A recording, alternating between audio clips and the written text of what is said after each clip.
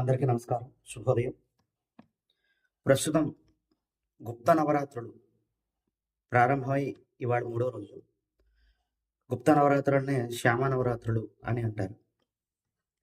విభిన్న ప్రాంతముల్లో వివిధ రకాలుగా ఈ గుప్త నవరాత్రులు అన్నది చేస్తారు. మధ్యప్రదేశ్, ఛత్తీస్గఢ్, కర్ణాటక ప్రాంతాల్లో గుప్త నవరాత్రుల్ని 3 రోజులకి ఒక మహావిద్య ఉపాసనతో 9 రోజులు కంప్లీట్ చేస్తారు. మొదటి 3 రోజులు వారాహి రాత్రులుగా, తర్వాత 3 రోజులు లలిత రాత్రులుగా, తర్వాత 3 రోజులు శ్యామ రాత్రులుగా గుప్త నవరాత్రులు ఒక సంప్రదాయానికి చెందిన వారు చేస్తారు. ఇక దక్షిణాచార సంప్రదాయం ప్రకారంగా శ్యామల రాజమాతంగి నవావరణార్చన విధిపూర్వకంగా హవన విధానంతో చాలామంది చేస్తారు. మన దక్షిణ భారతదేశంలో ఎక్కువ శాతం చేస్తారు. కౌడ సంప్రదాయంలో రాజశ్యామల, రాజమాతంగి, శుకశ్యామల, ఉచ్ఛిష్ట చాండాల్ని స్వరూపంగా చేస్తారు. అయితే నవరాత్రులు చేయవచ్చు. దీనికి చెప్పబడిన పేరే గుప్త నవరాత్రులు. గుప్త నవరాత్రులు అంటే రహస్యంగా చేయబడేవి. శరణ్ వారాహి నవరాత్రుల్లాగా వీటిని బాహాటంగా చేయకూడదు. శ్యామ నవరాత్రిని ఎందుకు చేయకూడదు? శ్యామ ఆరాధనలో ముఖ్యంగా కావలసింది గోప్యత. ఎందుకు అంటే హృదయంలో ఉండే అనాహత చక్రానికి అధిష్టాన దేవతగా రాజశ్యామలాదేవి ఉంది. ఆకర్షణ దేవత అని అంటారు. ఇక్కడ మనం దేవత అనే వాక్యాన్ని వాడేటప్పుడు ముఖ్యంగా గుర్తుపెట్టుకోవలసినది, దేవతలకు మానవులకు ఉండేటటువంటి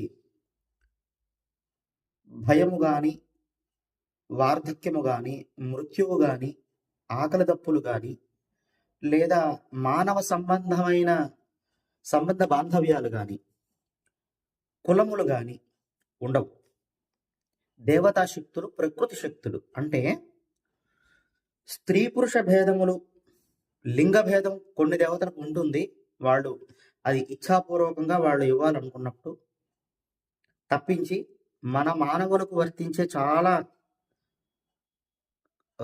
కట్టుబాట్లు ఏవైతే ఉంటాయో ఇవి దేవతలకి మనం వర్తింప చేయకూడదు. అందులో శ్రీ విద్యా సంప్రదాయంలో ఓవరాల్గా తీసుకుంటే, శ్రీ విద్యా సంప్రదాయంలో గణపతి దగ్గర నుంచి అర్చింపబడే ప్రతి ఒక్క మూర్తి కూడా స్త్రీ స్వరూపంగానే అర్చిస్తారు. గణేశుడిని కూడా సుముఖీదేవి అనే పేరుతో అర్చన చేసే విధానం కూడా ఉంది. అయితే ఇక్కడ చాలా మంది ఏంటంటే మాతంగి అనగానే ఒక కులానికి ఆపాదించి ఫలానా కులం వాళ్ళ దేవత, లేకపోతే ఫలానా వాళ్ళ దేవత అంటారు. దేవతల కులం ఏంటి? వర్ణాశ్రమ ధర్మాలు మనుషుల కోసం ఏర్పాటు చేయబడినవి. ఎందుకు అంటే వర్ణాశ్రమ ధర్మాలు పెట్టకపోతే, ఆ కట్టుబాట్లు లేకపోతే మనిషిన్న వాడికి ఆశ, భయము, కోపము, ప్రేమ, అభిమానము, దుఃఖము ఇటువంటి పశు లక్షణములు ఉంటాయి కనుక ఇవి పెట్టబడ్డాయి. దేవతల కులం ఇక్కడ ఉంది. మతంగ మహర్షి ఆశ్రమంలో ఆవిడ తపస్సు చేసింది. తర్వాత ఆయనకి వరం ఇచ్చింది, మాతంగిగా మారింది. ఉచ్ఛిష్ట చాండాల్ని అనేటటువంటి స్వరూపం కూడా చాలా గొప్పది. దాని వెనుక ఉన్న విశేషత కూడా చాలా బాగుంటుంది.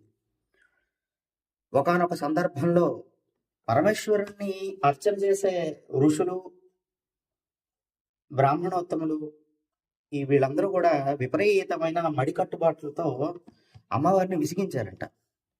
అంటే అమ్మవారిని కూడా పక్కకు జరుగు, దూరంగా ఉండు, ఇటువంటి పద్ధతులతో. అప్పుడు అమ్మవారికి విసుగొచ్చి, శరీరాన్ని శుద్ధి చేసుకోవడానికి మడి అవసరం, కానీ మరణించేంత వరకు కూడా మడినే పట్టుకొని వేలాడే ఈ ప్రపంచం నాకు అవసరం లేదు అని చెప్పి ఆవిడ ప్రపంచాన్ని వెలివేసి ఒక అడవిలోకి వెళ్ళి అక్కడ కూర్చొని చుట్టూ జంతువులు పరివేష్టితమై ఉండగా వీణావాదన చేస్తూ ఉచ్ఛిష్ట చాండాల్ని స్వరూపంగా ఆవిర్భవించింది. తను ఉచ్ఛిష్ట చాండాల్ని ఆవిర్భావం అలా జరిగింది. ఈ గుప్త నవరాత్రుల్లో ఉచ్చిష్ట చండాల్ని జపం ఆరాధన చాలా ఫలితాన్ని ఇస్తాయి. అయితే ఈ ఆరాధన చేసేటప్పుడు మనం చేస్తున్న ఆరాధన పక్కింటికి కూడా తెలియకూడదు. అంత జాగ్రత్తగా చేయాలి. బాహాటంగా 6 అడుగులు హోమగుండాలు కట్టేసి 100-200 మందిని పిలిపించేసి అవన్నీ చేస్తే అది బాగుంటుంది. చూడడానికి బాగుంటుంది. పాల్గొనడానికి బాగుంటుంది. కానీ శాస్త్రంలో చెప్పబడలేదు.